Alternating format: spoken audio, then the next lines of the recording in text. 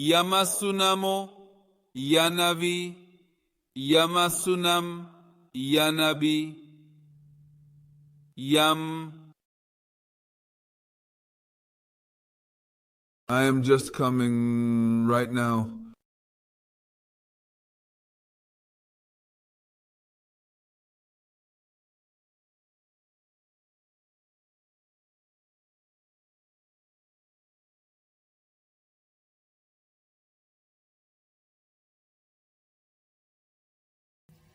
We seek refuge in God from the accursed Satan, in the name of God the Compassionate, and let us remember that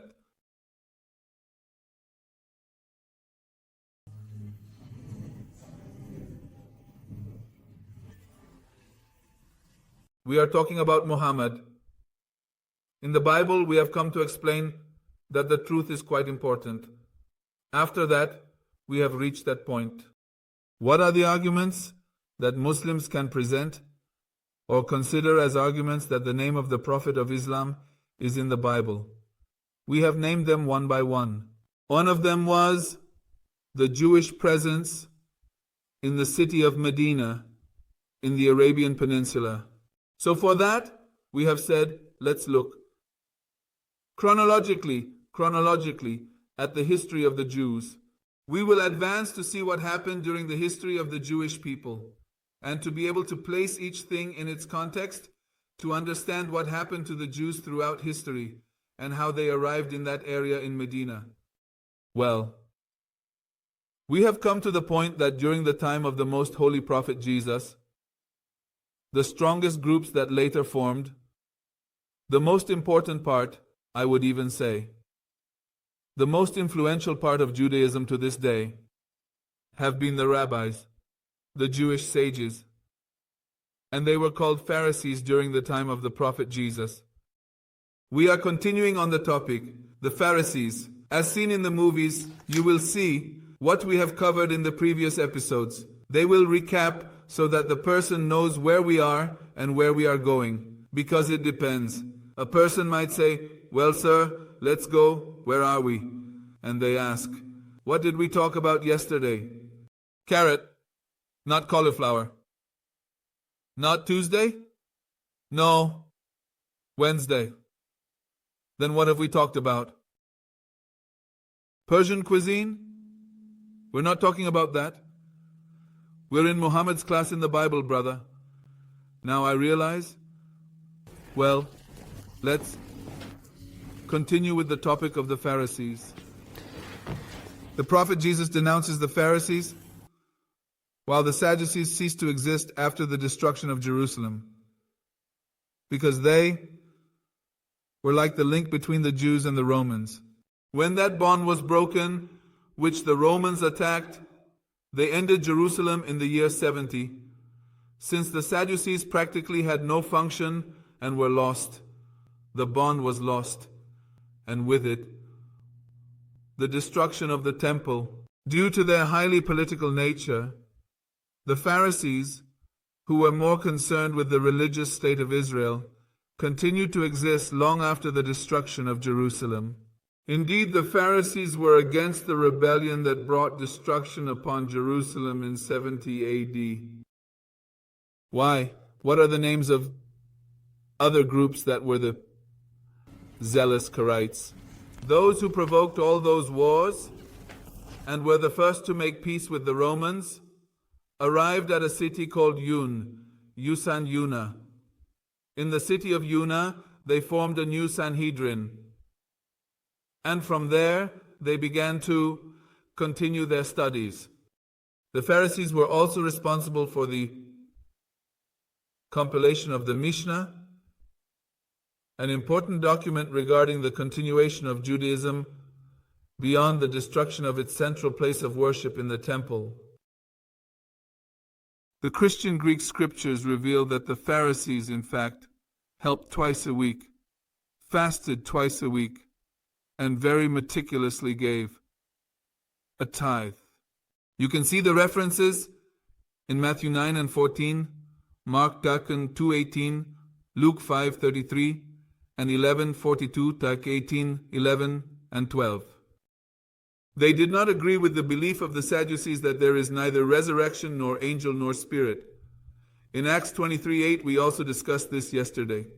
They took pride in being righteous. That is to say, in their definition of justice, they were the righteous people.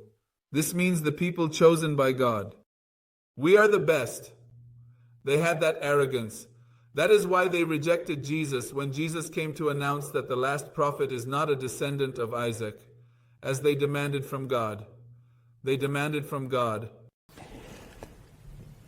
Then they considered themselves the most righteous people and were proud of it. In fact, righteous in their own eyes. And they looked down disdainfully on ordinary people, on the Gentiles. They are in our service what we suffer today. We have said that was a common character among them, and Satan, Anaha, and Romen. I am better than others. When you ask why, with what right, with what authority, are they depopulating?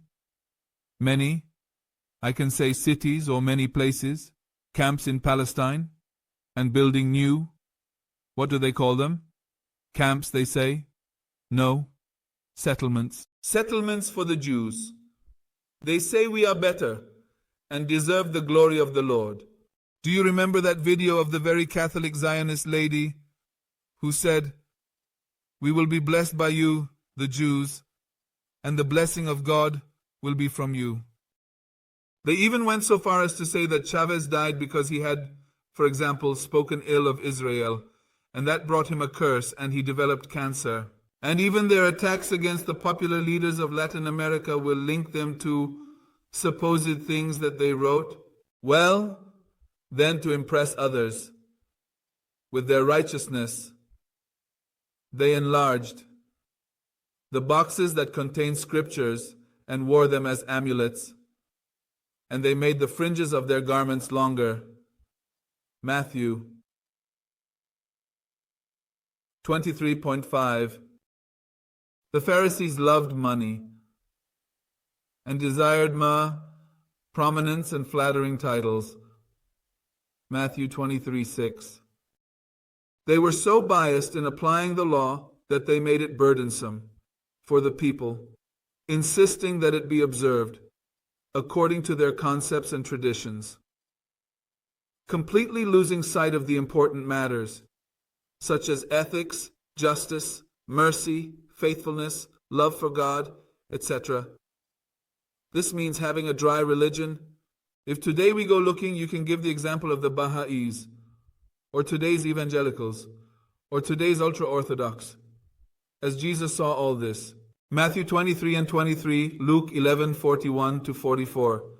On the other hand, they made great efforts to make proselytes. Matthew 23 and 4. Well, the Pharisees already fought against Jesus. They brought him to a supposed crucifixion according to them. And what happened? They believed that Jesus had disappeared and then did everything possible to persecute the Christians, meaning, more precisely, the followers of Jesus who were his apostles.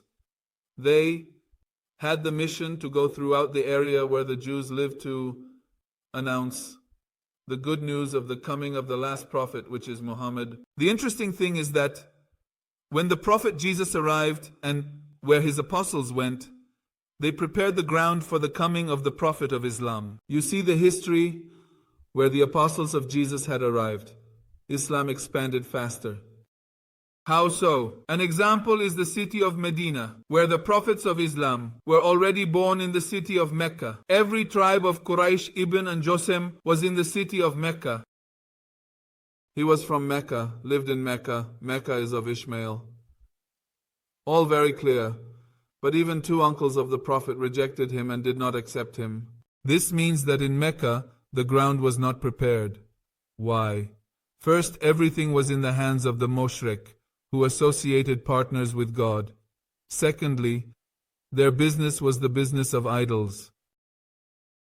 As they had filled the Kaaba, the sanctuary of the Haram, with idols, then each person who went on pilgrimage would buy a smaller example of the idols that were present there. Do you want to take a copy? When you go to tourist places, what do? You usually buy a copy of models of this thing. They sold those models of idols, and from there a very abundant business emerged. So they did not allow anyone, even if he was a prophet, to come and destroy all their business. But the Jews who lived in Medina and Afrab at that time and around it, they had sacred texts which the Arabs did not keep. The Jews greatly respected their texts and even more so the announcements. The Jews always claimed that they were waiting for the last prophet and said that if he came, he would save the Jews.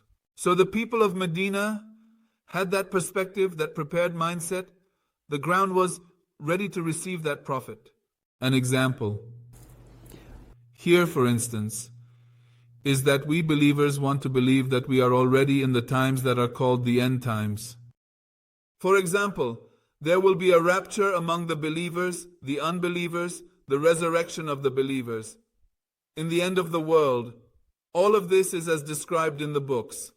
But thanks to Hollywood, which set 2012 as the year of the end of the world, a lot of things happened. How many movies have been made? Nowadays, even a Buddhist who already has it just like us in their books, if they have seen those movies, they are already prepared to accept Iman Mati. Because everyone talks about how that already exists, thanks to Hollywood movies, which always talk about a savior who is going to save us like Superman when we are going to face very serious problems. The world is on the brink of destruction, and some X-Man, I don't know who, comes to save the world. So people have their heads well in place. When you need it, that help will come. This means that the Jews today are doing the same thing they did during the time of the Prophet Jesus, the same thing they did during the time of Muhammad, and they are doing the same thing in the time of the Imam, may God bless him, preparing the ground. We do not know how many centuries may pass, but they are already part of that plan. But because of their arrogance, even when the mother of the most holy Jesus arrives, they will reject him again together, because they say, look, they do not come to glorify the name of Israel, because we demand that God send him back. The way they pray, I don't know if you have noticed how it is a way of insisting.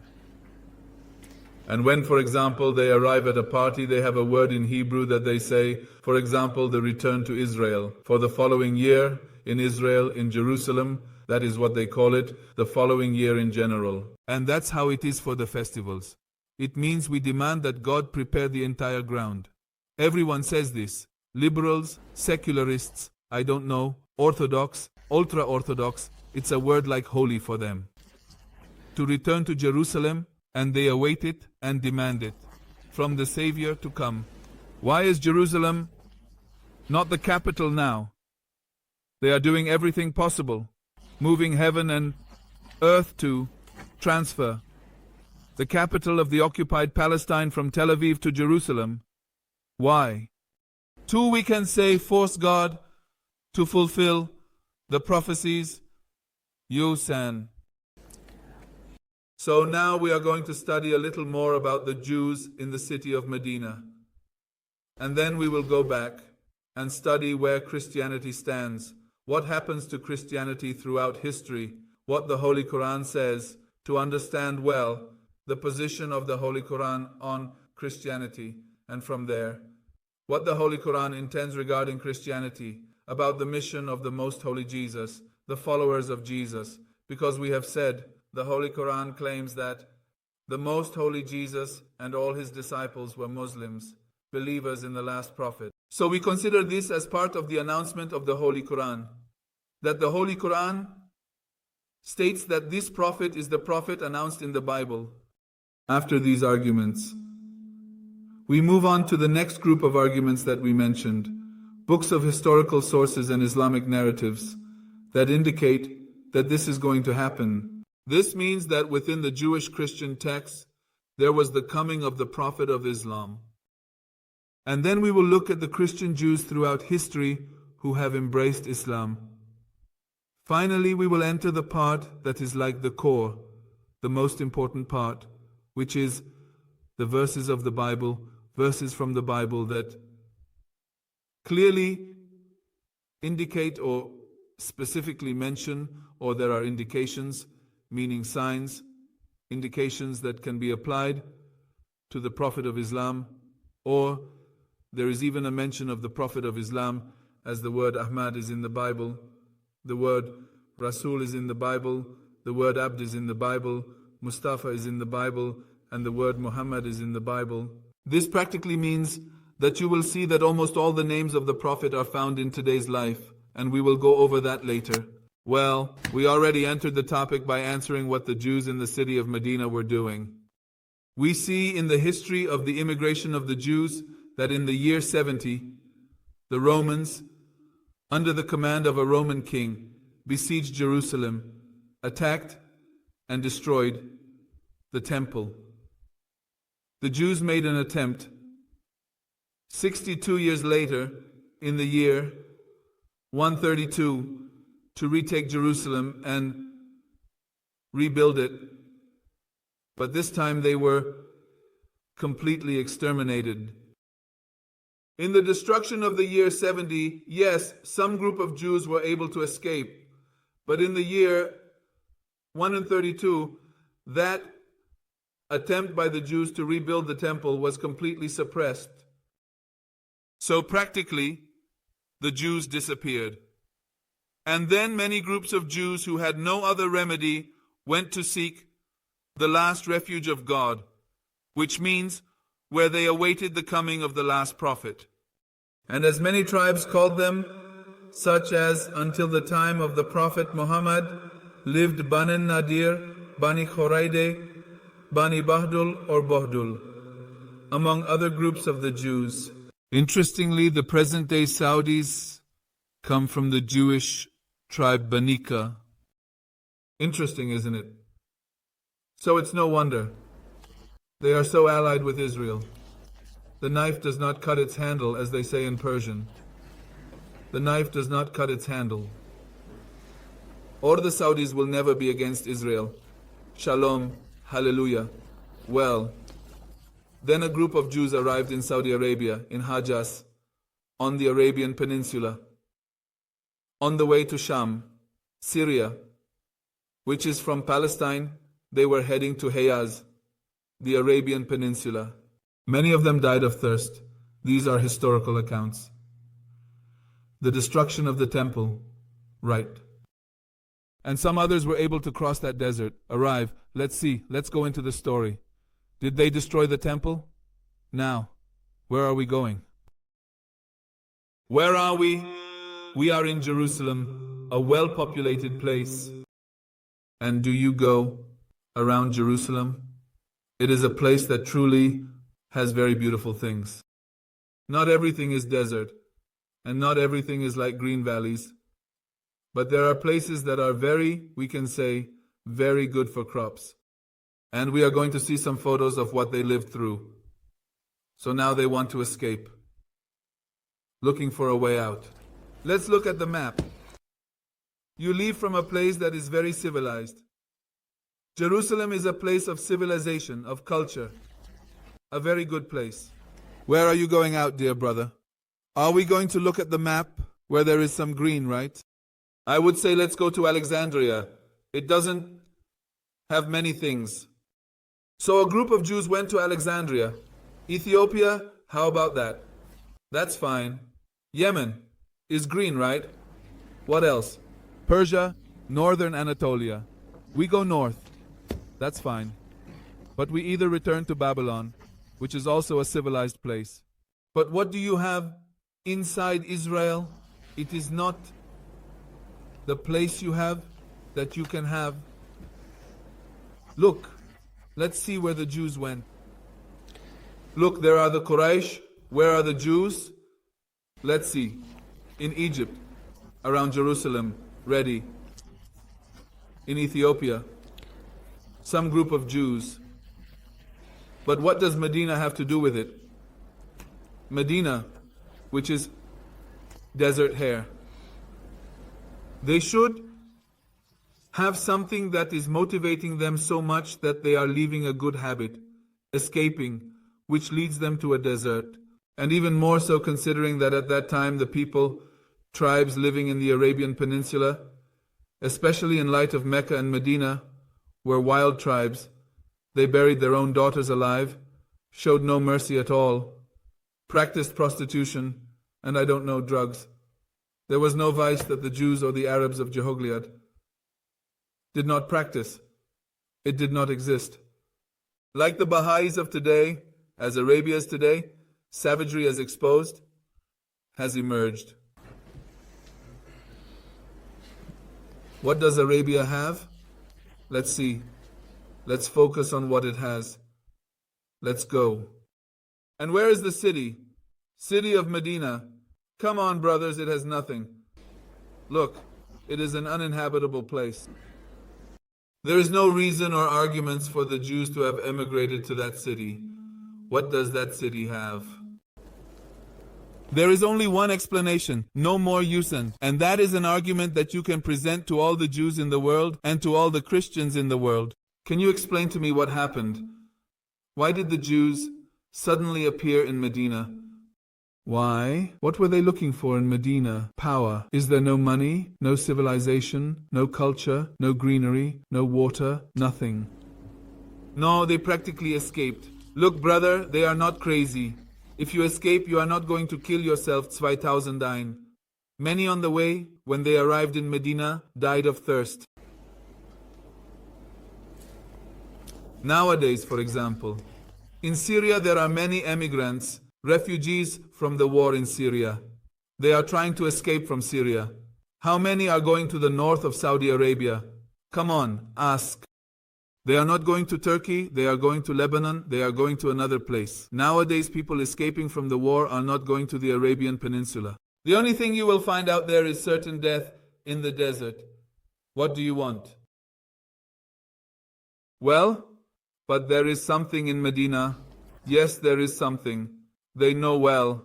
Within their texts, there is that announcement. They know that the last prophet will come out of that city. His name is Muhammad, announced in their books. They already know him well, even better than their own children. They are about to seek the last Savior. Well, then, reviewing, we will see that the Jews had within their sacred texts that between two mountains, Eber and Ohod, there will be the migration of the last prophet of God. That is precisely Yusand, located around Medina. So when they arrived at Mount Ohod, they spread out in the area. Some went to a place called Timah, which is also mentioned in the Bible later in detail. Some went to Fadak, some to Khaybar, and others around the city of Merida, and some others settled in Medina. Then, those who arrived in Timah went to visit some other brothers in the city of Medina. At that time, it was known as Yathrib. They stayed for a time in Yathrib, trading and negotiating quite a bit because they had contacts in the north, in Jerusalem, in many places, and also in the south. This means it became the commercial center between Yemen in the south, Ethiopia, and also the civilized area in the north, which included Sham, present-day Syria, and northern Anatolia, Turkey. Then, at that time, a king arrived. His name was Taba. With his army, he came to the city of Yazre, Medina, and wanted to rule that city. We are talking about our historical books. The Jews of Medina said to that, Lord King, we cannot allow you to govern this city, the city of Medina. So the king asked them, the Jews of Medina, what the problem is. It seems that he had some respect for the Jews. Usan, what is the problem? Because I cannot govern that city and be here, they said. The only person who can come to govern that city is the prophet of the end of times, beyond. That we do not allow anyone else to govern that city. So it is said that this king left two tribes, Aus and Hazraj, which were tribes from Yemen, related to why he appointed Aus and Hazraj. That if one day that prophecy were to be fulfilled, these two tribes, Aus and Hazraj, would support that prophet. This means that he placed two tribes waiting for centuries before the coming of the Prophet of Islam. Where? In the city of Medina. Why? Because the Jews requested it. You cannot. But if you can leave your part of the army to wait for the last prophet, go ahead, no problem. So they were waiting for the life of the prophet for years. Then we see, right at the time within the history of Islam, that the prophet of Islam is being persecuted by his own relatives, by Quraysh, by the entire tribe of Mecca. They have even attempted to kill him. They want to attack him, kill him, assassinate him. They are going to impose many economic sanctions, and they are torturing his companions, many of whom are slaves, poor, women, and orphans. At that moment, we can speak of a supposed weakness of Islam. In 2001, suddenly the people of Medina appear. They come to evaluate, or rather to indicate, signs of the prophecies and realize that this man is the last prophet of God. They, the people of Uzi Hazrat. What is the difference between them and the Jews? They, affected by Jewish propaganda, know all the signs and have received announcements regarding the measure of the Prophet of Islam. But there is a difference between the Jews of Medina and the Aus and Khazraj. What is the difference? The Aus and Khazraj are not fanatics. They do not say that we are superior, we are arrogant, we are the best, we are the chosen people. No, they are practically sincere. They know the signs and they will want it. But the Jews of Medina do have a problem, which is that they are arrogant. They say that if this prophet comes with all these signs, if he is one of us, thanks to God, we will accept him. If it is not from us, let us call it what it is, proclaiming a war against God. We no longer want a God who doesn't understand whom you should send. We don't want that God anymore. Goodbye. Go to heaven, God. What did they do after the medieval period? What did they do to the Zionists? Many of them are atheists. Why?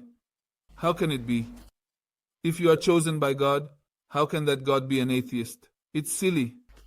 We don't want Alayos Beldo. Well, then Us and Hazraj, when they recognized the signs, accepted that prophet, made a pact with him, and invited him to the city of Medina. Muhammad arrived in the city of Medina without war, without anything. Everyone accepted the Prophet of Islam except for two groups. First, the Jews of Medina. Why? Because he was not a descendant of Isaac. He was Ishmaelite. And the second group were hypocrites, the people who, with the coming of the Prophet of Islam and his governance in the city of Medina, lost their interests, such as Abdullah ibn Ubay, etc. Well, let's continue. The Holy Quran speaks of how the Pharisees and the Jews rejected the Prophet of Islam and also the Prophet Jesus. This applies, but more than anything, to the Prophet of Islam. Look, Surah Al-Baqarah, chapter 2 of the Holy Quran, Ayah 89.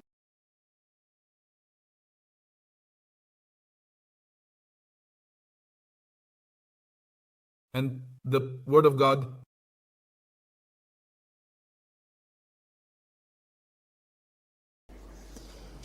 whenever a new revelation from God came to them confirming the truth of what they already had, as in the case of the crystal prophet, in the case of the most holy Jesus, they found salvation in the coming of the prophet against the unbelievers, and even sought an opening with the arrival of that prophet. Against whom? Against the unbelievers. For example, the Pharisees against the Romans who were unbelievers. The Jewish people of Medina against the unbelievers who were the Mushrik, Aus, and Hazra. Others, for example, in the city of Medina, when some problem arose, would take away some rights from a Jew. This Jew would say, "Look, When that last prophet who brings justice arrives, he will take vengeance on you. They always repeated it, to such an extent that it became an undeniable belief for everyone who comes to Medina.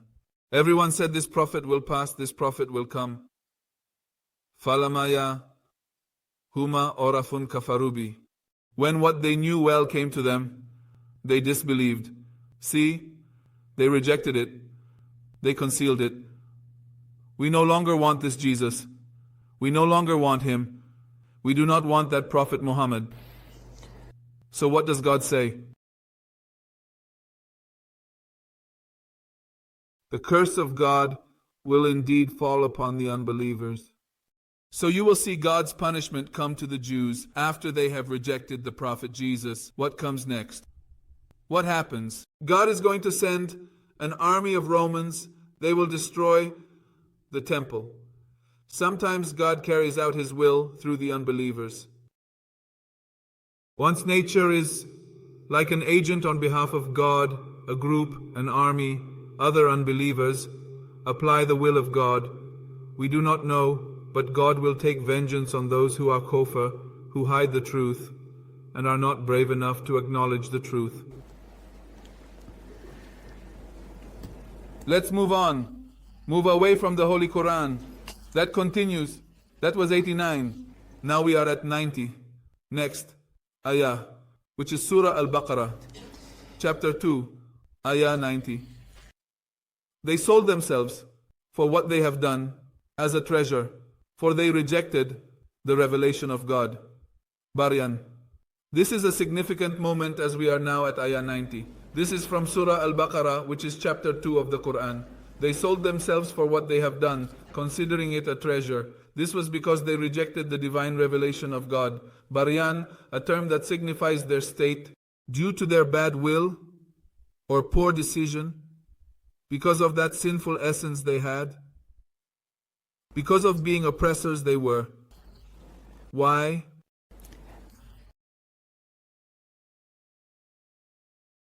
Why did they reject him?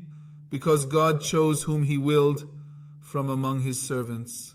It means that for God, everyone is God's servant and he chooses. Alam al-yashom al-bahacha. You cannot impose your will on God. God is Lord. You are a servant of God. What happened to the Jews? They returned in a wrath of God after another wrath of God. Do the interveners of the Holy Quran say, look, what is the first wrath of God, the first curse of God, and what is the second curse of God? First curse of God when they rejected the Prophet Jesus. That was the first kadab, the first wrath of God. And the second wrath and curse of God is when once again the Jews of Medina come to reject the Prophet of Islam. Fabaw, they returned to a wrath of God, entering into a wrath of God after another wrath. That was from the time of the Prophet Jesus. And it says, no, this does not end here, for the curse requires at this date and now, when they reject the providence in the hereafter. In the hereafter we have prepared a more painful punishment for the unbelievers. Next, Alejandro. What did we do to the humans? My girlfriend gave me a guaru. No. My boyfriend gave me the flower. I'm going to Furuna. We saw.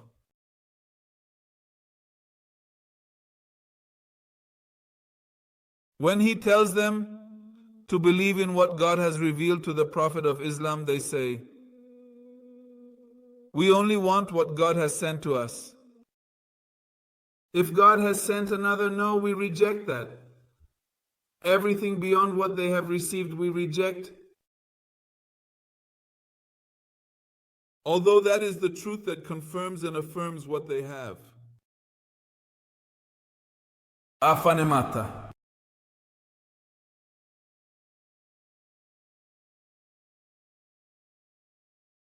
God is now reproaching and strongly questioning the Jews. Do you know what God says? The Jews say, look, we are the chosen people of God, the best. So God asked them, If you are the best, why have you marked your histories with the murder of the prophets? If they are with the truth, why have they killed the prophets of God? This means that God is reproaching the priests who have led the Jewish people astray. And it is saying that if they were with the truth, they would not go against the prophets. They would not kill the prophets of God. Prophet Zechariah was killed. There are Islamic narrations. It says that the prophet Zechariah escaped from them, these Jews. And when he had escaped, he found a tree that was hollow. He went inside the tree. Then Satan appeared as a human being, indicating to the Jews, to the Pharisees, that he was involved with a saw. They dismembered the prophet Zechariah, the tutor of the prophet Jesus of the Holy Virgin Mary. Yes, gentlemen, and we must not forget the conspiracy of the Jews in the martyrdom of the prophet John the Baptist. So God asked the Jews, are we not the chosen people of God? The best. So you can always ask if they are the chosen people of God, what is the problem you have with the prophets? Because throughout history, your history bears witness that you have killed the prophets, and the Bible you have insults and slanders the prophets. That is what they do not have an answer for. If you are in favor of God, on the side of God, you should defend the prophets. Why in the Bible are the prophets insulted? Look, once you kill a person, you murder a person in their body, you sin. Once you kill a person, outraging that person, defaming that person, is it not only then that God tells you why the prophets have been killed? It is like they murdered, just as the body know, because they murdered in the name of the prophets. They tarnish the names of the prophets in the Bible. Why is God reproaching this as well? Following the day of the sacred Quran is the day. No, you are not the chosen ones. As we reflect on the significance of this day, it becomes clear that the sacred Quran holds a special place in our lives. Just like any other people, God has given them a prophet and has provided them with signs of faith. Why have they chosen the calf if they are the chosen ones? Why? After Moses came with so many clear miracles, look, interestingly, when Moses wanted to lead the Jewish people across the river of the sea, he opened a path. Come on, run. And Pharaoh is chasing them. You know, the Islamic narratives say the Jews said, no, we are not going to enter. What happens? Pharaoh is pursuing them.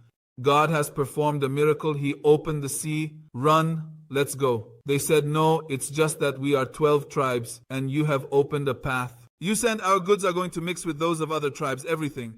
We are 12 tribes.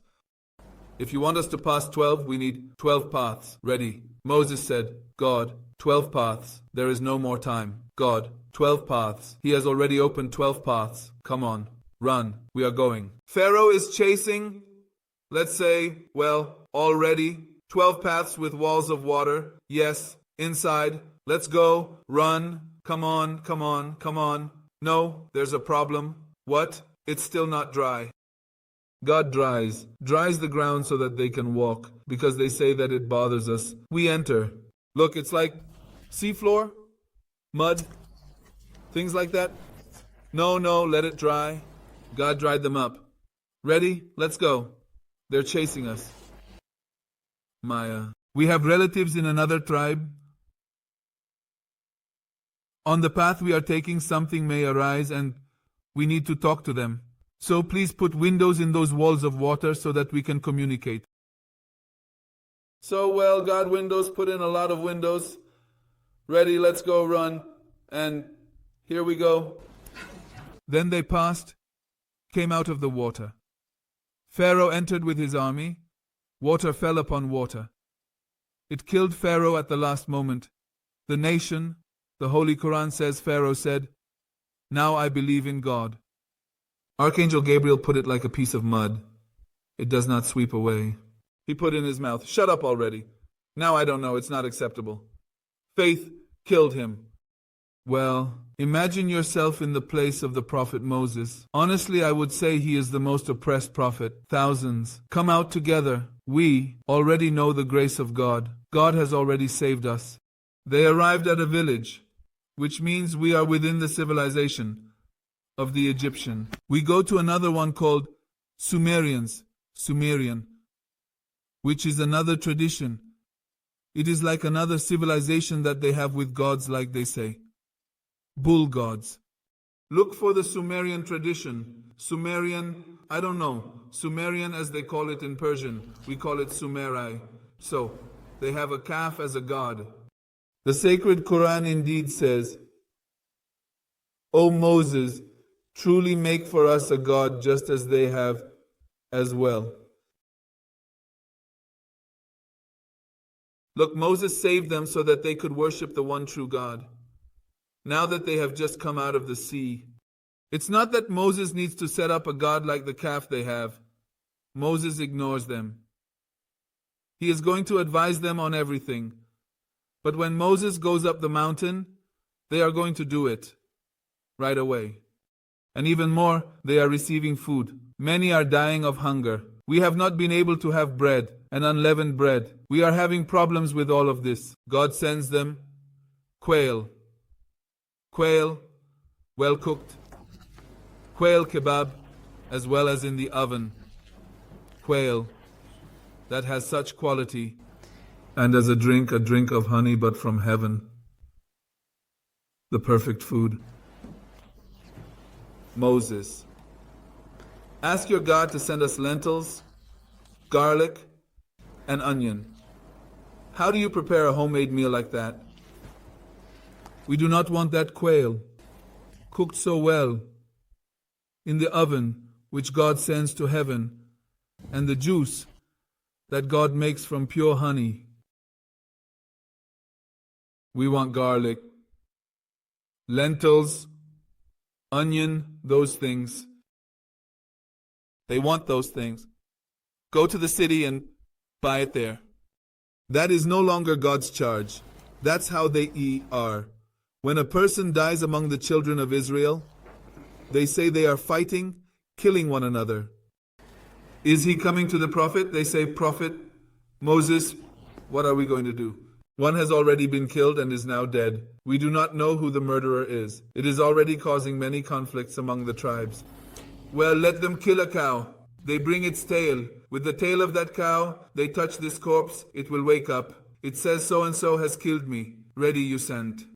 So let it be a bull, or let it be a cow. Let it be a bull. How many years? For example, 1 year. What color? Yellow, light yellow, or dark yellow? Light yellow. And there they ask. They are about to disobey God. In the end, they will find him in the house of a boy who is taking great care of his mother, and God is thus blessing that boy.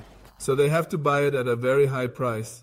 They bring it, they sacrifice it, and the young man who was killed is resurrected, saying, so-and-so is my murderer. He dies, or I don't know what happens. Well, throughout the history of the children of Israel, we see that they always made excuses to disobey God. In Persian, there is a saying that goes, Pahoneye bani Israeli, pretextos Israelita. It means that when a person does not want to do things, they say, look, you are giving us excuses, Israelite. It is like a person who looks for any excuse not to do something. Due to this example from the Holy Quran, then the Holy Quran says, look, you are not so chosen. Pay attention. When you left, you made the calf, and what is the merit? And you have been the oppressors, the wicked. After having worshipped the calf, the next joy of the Holy Quran reminds the Jews that God wants to make a covenant with the children of Israel. They do not obey God. What does God do? Listen to that. God is going to uproot a mountain called Tur, lift it up, take it out, and place it over the heads of the children of Israel. They will either want it or I will kill them. God indeed raised that mountain over the heads of the children of Israel. Take hold of what God has given you. Faith, the law. We have heard and we disobey. In practice, this was the case. Surah Al-Fatiha. Their hearts were truly and deeply absorbed by the love of the calf instead of the love of God. Indeed. So they always knew the truth, but did not recognize the truth. They knew and did not recognize, did not accept, rejected.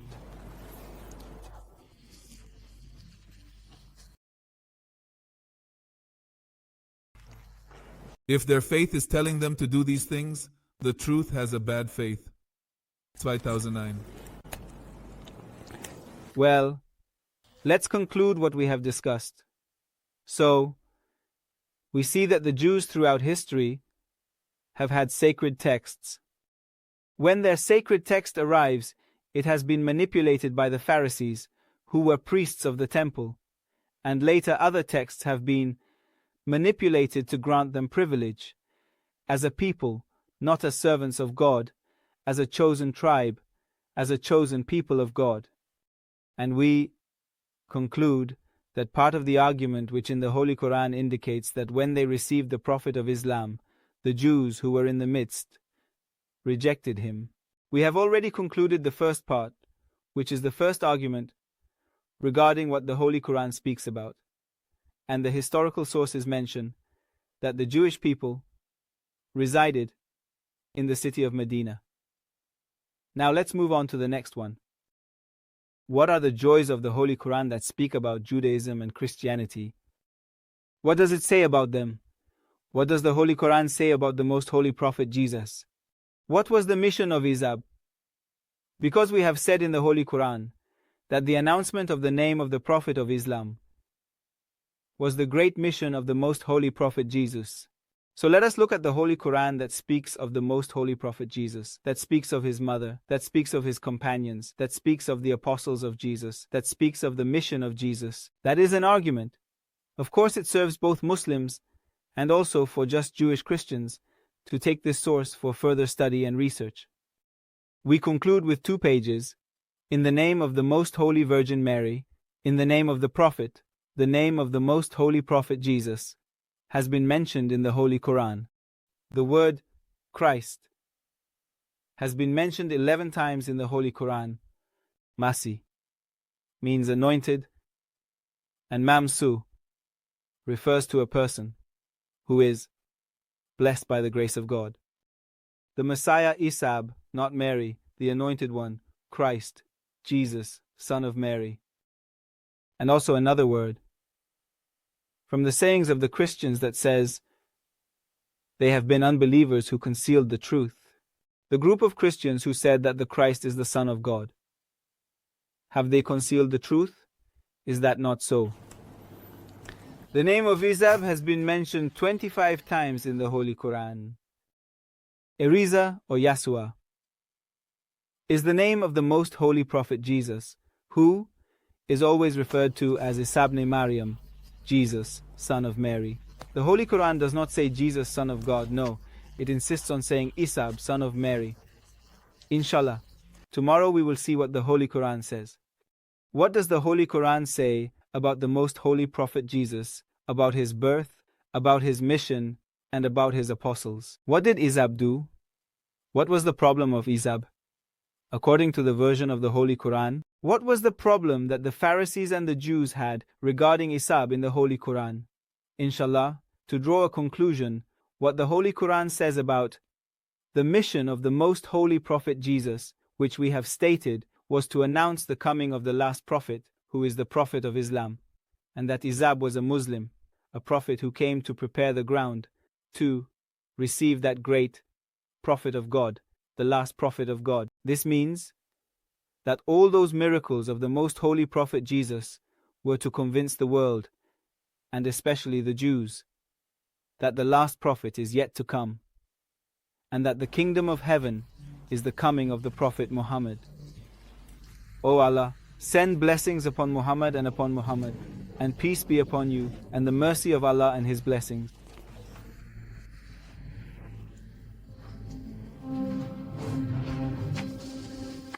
We sincerely appreciate you taking the time to watch this video. Your support and interest mean a lot to us, and we hope you found the content informative and engaging. Thank you once again for being a part of our community.